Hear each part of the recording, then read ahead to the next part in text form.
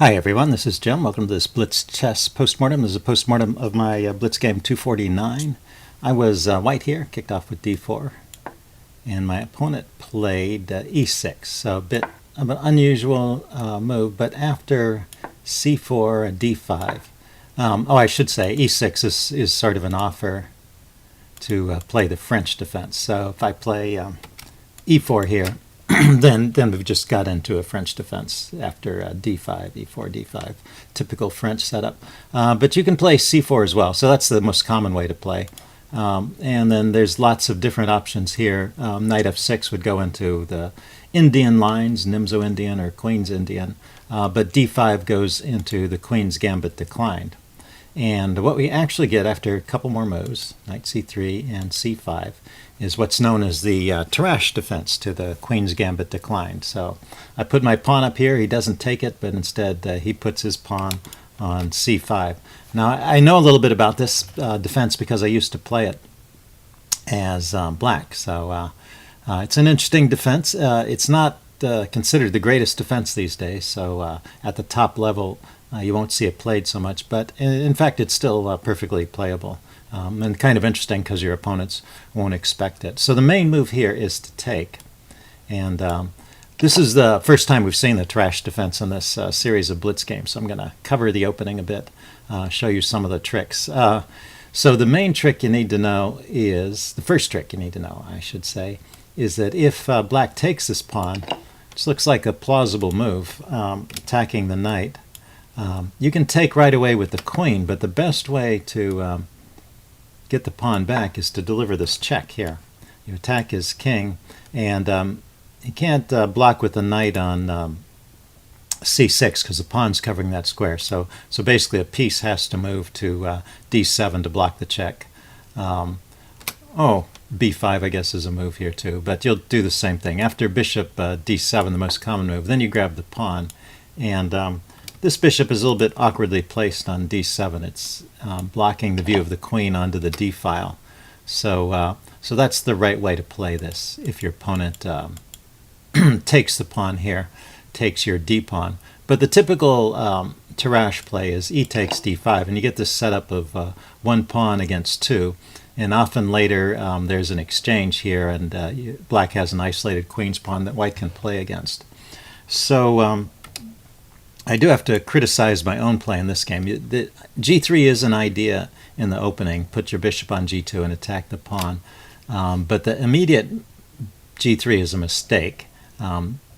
So the right way to play this is knight F3. And just defend the pawn. And then after knight C6, the most common move here, then you can play G3. And you've got a nice setup against the Tarrasch. So this is a typical kind of setup and how you play against it. You allow him to take this pawn, you take back with the knight, and you keep pressure on the d pawn, and it's pretty good because you have long-term pressure against that pawn. Pretty good for white. So I played the move g3 right away, which is a mistake, and it's been a while since I played this, and I just forgot the move order here. So my opponent could just take the pawn here. You see, actually, he could get an advantage right now by playing c takes d4. And if I try this queen a4 trick, he's now got knight c6, defending the pawn, so that's no good. So I have to take the pawn right away if I want to claim it. And then he has knight f6. He also has knight c6 with a tempo against the queen. I guess knight f6 to defend the pawn first, and then later knight c6 will come with a tempo against the queen. So this is good for black. So my mistake here, playing this move g3 at the wrong time. Fortunately for me, my opponent didn't take advantage of my mistake, but there's one other mistake that happens later in the game, I have to say, that was pretty sad to have to criticize my play in this game. I played pretty well a lot of the time, but there were a couple of oversights. This one I can sort of understand because if you haven't seen an opening for a while, sometimes you forget things. But that's the right way to play it, is knight f3 first and then g3. Okay, so he pushed on with c4, my opponent did, and that's pretty easy line for me. This pawn is not much of a threat. I mean, it keeps the piece from landing on d3, but it's not doing a whole lot there. So the game continues. get my bishop here. He goes knight f6, cancel, knight f6, and pin it. So these are all pretty normal moves. Bishop b4, pins back, a3, kicking the bishop. The engine likes taking on f6. That's interesting. I don't necessarily see the big advantage of that. B takes, but I think this line of play keeps some edge for white. Bishop f5, knight f3. So we're both getting our pieces out, getting active. Castles, castles. So I'd say this part of the game is pretty normal. Knight bd7, knight h4, going after his bishop here after he's castled. I don't mind taking that bishop and opening up a line on the king's side. That works in both ways. If he hasn't castled yet, sometimes this opening up the h-file can be a danger because it opens a line of attack. But here, it's no problem. So he goes bishop g4, and well, I decide to kick it. No, the engine liked f3 there. I decide to kick it with h3. Bishop goes back to e6, and I push on with e4. Maybe a little bit ambitious. Let's see what the engine says here. The engine says he could just take, and bishop takes, taking advantage of the pin, and then queen a5. He gets a tempo on this pawn. And in fact, there's two things hanging here. The bishop is hanging because he's unpinned his knight, and the pawn is hanging because the queen's attacking it. So best play is bishop takes, knight takes, and then bishop takes b7. Okay, grabbing a pawn over there. Rook a b8, bishop back to g2, and queen takes c3. Yeah, grabbing this pawn. So the material is even, but maybe black has, both sides have a passed pawn. Black's pieces look like they're a little better coordinated. He's stopping my pawn from advancing, and his pawn may become dangerous later. So that would have been good for black. So this move e4 was just mistimed. I need to, well, I was taking advantage of a pin, and when you have a pin like that, you always have to be watch out for these sudden unpinning moves that make threats. They can be dangerous. Instead, he kicked my bishop, and I just exchanged. We have about an even game here, although I thought long-term my prospects were good because now I have a protected passed pawn for the endgame. So I'm pretty happy with my position here, even if the engine thinks it's even. So the game continues. Knight f5, bishop takes, king takes, queen d5, queen f3, and the exchange. And these moves sort of helped me. It brought my king forward, it brought us closer to the endgame where this piece is going to be more valuable. Did he have a better move than queen d5 check? No, it likes queen d5 check. Okay. Well, this is pretty logical. He didn't have to trade here. He could have just developed. Yeah. But he went for the endgame. So maybe a slight edge for white now. And I want to get the rooks off and just go to this pure endgame. And you see the evaluation has really jumped up here because not only do I get the rooks off, but I get his pieces are worse than mine. His pieces are on the back rank. He's got two pieces, and my pieces are forward and ready to play in the endgame.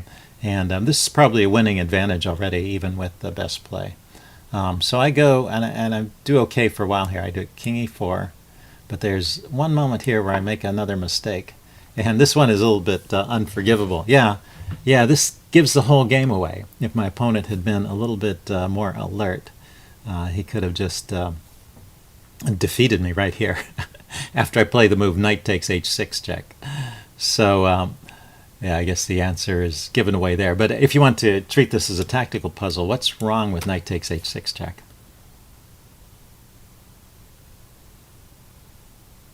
Okay, I'm going to show you right now.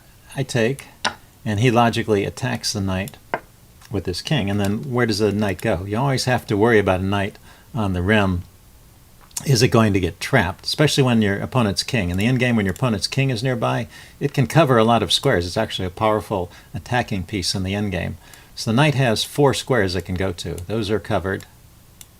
So the only move, oh, and there's no way for me to protect it there, so I can't just leave it there and protect it. So the knight really has to move, and the only square it can go to is, let's get rid of these arrows, the only square it can go to is this square on g4. But there's a problem with g4,